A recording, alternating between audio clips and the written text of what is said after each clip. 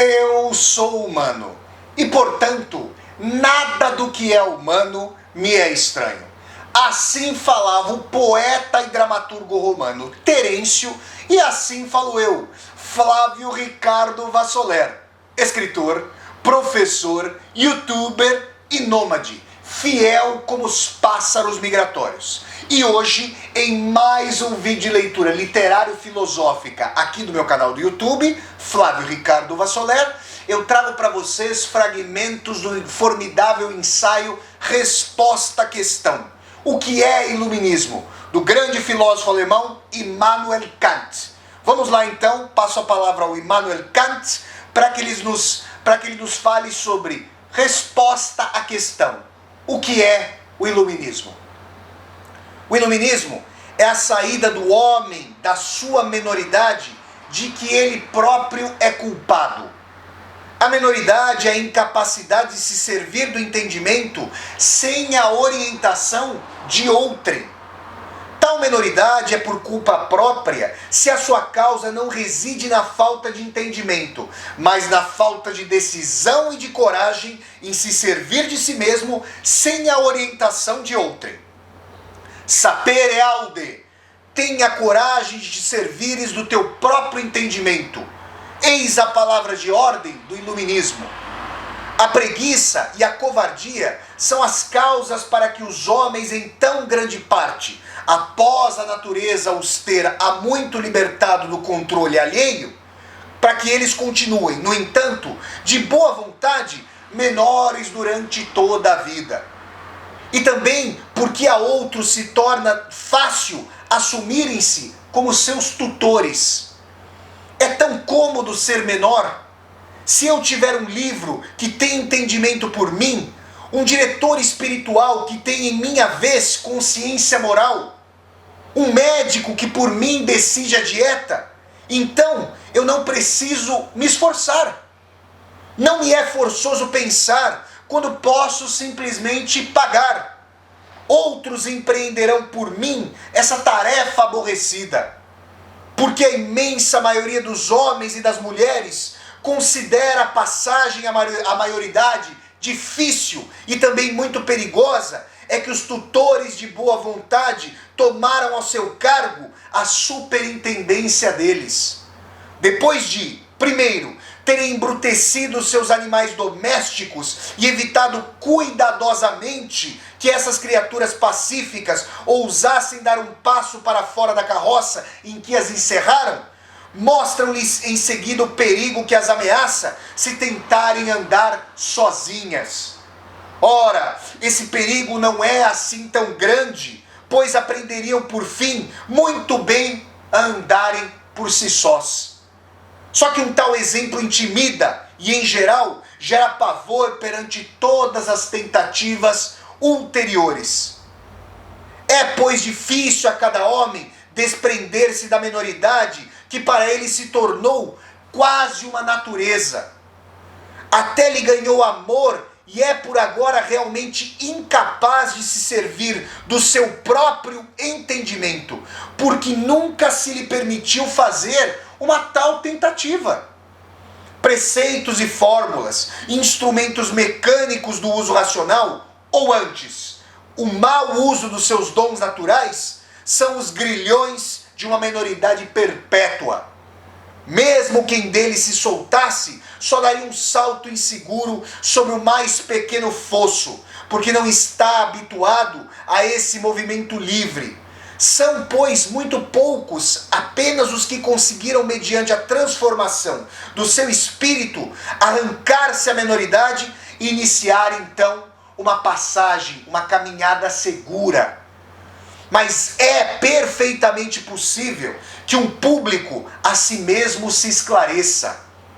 Mais ainda, é quase inevitável se para tal lhe for dada a liberdade. Com efeito, sempre haverá alguns que pensam por si, mesmo entre os tutores estabelecidos da grande massa que, após terem arrojado de si o jugo da menoridade, espalharão à sua volta o espírito de uma avaliação racional do próprio valor e da vocação de cada homem para por si mesmo pensar. Importante aqui é que o público, o qual antes fora por ele sujeito a esse jugo, os obriga doravante a permanecer sob ele, quando por alguns dos seus tutores, pessoalmente incapazes de qualquer ilustração, é a isso incitado. Semear preconceitos é muito pernicioso, porque acabam por se vingar dos que pessoalmente, ou os seus predecessores, foram os seus autores. Por conseguinte, um público só muito lentamente pode chegar à ilustração. Por meio de uma revolução, poderá talvez levar-se a cabo a queda do despotismo pessoal e da opressão gananciosa ou dominadora, mas nunca uma verdadeira reforma do modo de pensar. Novos preconceitos, justamente como os antigos, servirão de rédeas à grande massa destituída de pensamento. Mas, para essa ilustração, nada mais se exige do que a liberdade. E, claro está, a mais inofensiva entre tudo o que se pode chamar liberdade, a saber, a de fazer um uso público da sua razão em todos os elementos. Mas agora ouso gritar de todos os lados: não raciocines, diz o oficial. Não raciocines, mas faz exercícios, diz o funcionário de finanças. Não raciocines, paga. E o clérigo: não raciocines, acredita. Apenas um único Senhor do mundo diz: raciocinai tanto quanto quiserdes, e sobre o que quiserdes, mas obedecei. Por toda parte, se depara com a restrição da liberdade. Mas qual é a restrição que se opõe ao iluminismo? Qual a restrição que não o impede, mas antes o fomenta? Respondo: o uso público da própria razão deve ser sempre livre e só ele pode levar a cabo a ilustração entre os homens e mulheres.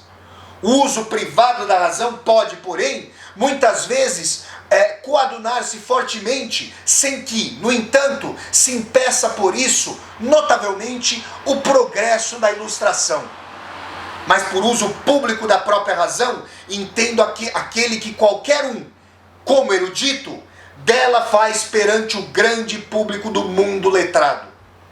Chamo o uso privado àquele que alguém pode fazer da sua razão num certo cargo público ou função a ele confiado. Ora, em muitos assuntos que têm a ver com o interesse da comunidade, é necessário certo mecanismo em virtude do qual alguns membros da comunidade se devem comportar de um modo puramente passivo, a fim de, mediante uma unanimidade oficial ou artificial, serem orientados pelo governo para fins públicos ou que, pelo menos, sejam impedidos de destruir tais fins. Nesse caso, não é, sem dúvida, permitido raciocinar, mas tem de se obedecer. Na medida, porém, em que essa parte da máquina se considera também como elemento de uma comunidade total e até da sociedade civil mundial, por conseguinte, na qualidade de um erudito que se dirige por escrito a um público entendimento genuíno, pode certamente raciocinar sem que assim os negócios aqui, em parte, se encontra sujeito como membro passivo, sofram qualquer dano. Assim, seria muito prejudicial se um oficial, a quem o seu superior ordenou algo, quisesse em serviço sofismar em voz alta acerca da inconveniência ou utilidade dessa ordem.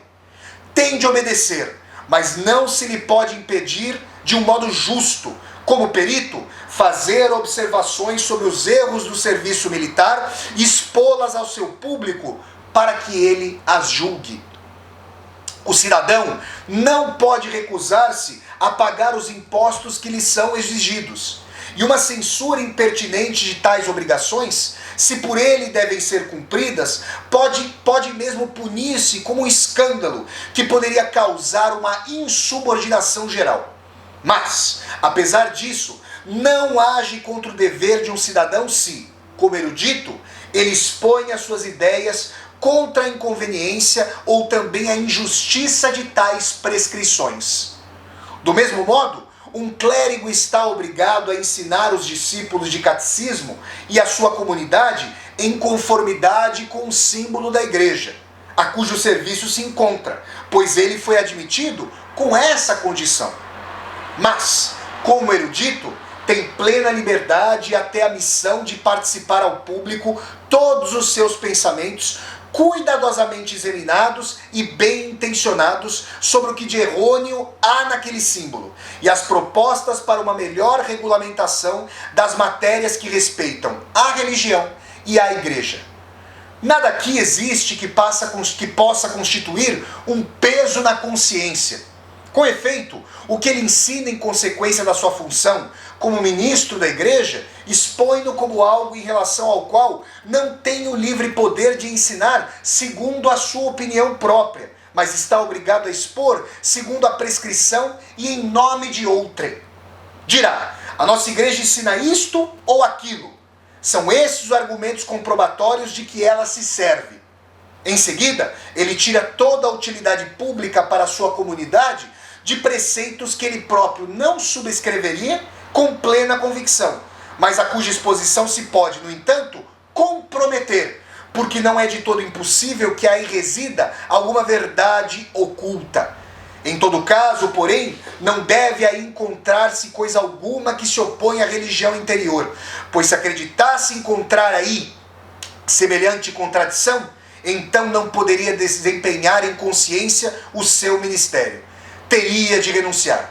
Por consequência, o uso que um professor contratado faz da sua razão perante a sua comunidade é apenas um uso privado, porque ela, por maior que seja, é sempre apenas uma assembleia doméstica. E no tocante a tal uso, ele como sacerdote não é livre e também não o pode ser, porque exerce uma incumbência alheia. Em contrapartida, como erudito que, mediante escritos, fala a um público genuíno, a saber, ao mundo, o clérigo, no uso público de sua razão, goza de uma liberdade limitada de se servir da própria razão e de falar em seu nome próprio. Com efeito, é um absurdo que leva à perpetuação dos absurdos que os tutores do povo em coisas espirituais tenham de ser, por sua vez, menores. Pessoal, esses foram fragmentos formidáveis, fundantes mesmos da dimensão filosófica de modernidade, de autoria do grande filósofo alemão Immanuel Kant, provenientes do ensaio Resposta à Questão: o que é iluminismo? Ensaio de 1784. Se vocês gostaram de mais esse vídeo de leitura filosófico-literária aqui no meu canal do YouTube, eu peço que vocês deem um like no vídeo, curtam o vídeo, disseminem esse vídeo pelas redes sociais para que nós possamos chegar a cada vez mais e mais pessoas. Se você está chegando ao canal pela primeira vez, seja muito bem-vindo e bem-vindo. Eu peço que você se inscreva aqui no canal, toque a sinetinha para poder receber as notificações e deixe o seu comentário aqui embaixo do vídeo para que nós possamos conversar. E mais, aqui embaixo desse vídeo você vai encontrar uma tecla chamada Seja Membro. Se você gosta das minhas leituras literárias e filosóficas, das aulas ao vivo, das resenhas de livros e das resenhas de filmes, considere a possibilidade de, segundo aí a sua condição financeira, apoiar esse canal como um membro humanista ou uma membro humanista e me ajudar a dar continuidade a esse projeto de universidade aberta no YouTube. Então é isso, pessoal. Até a próxima leitura literária, pessoal, e tchau, tchau!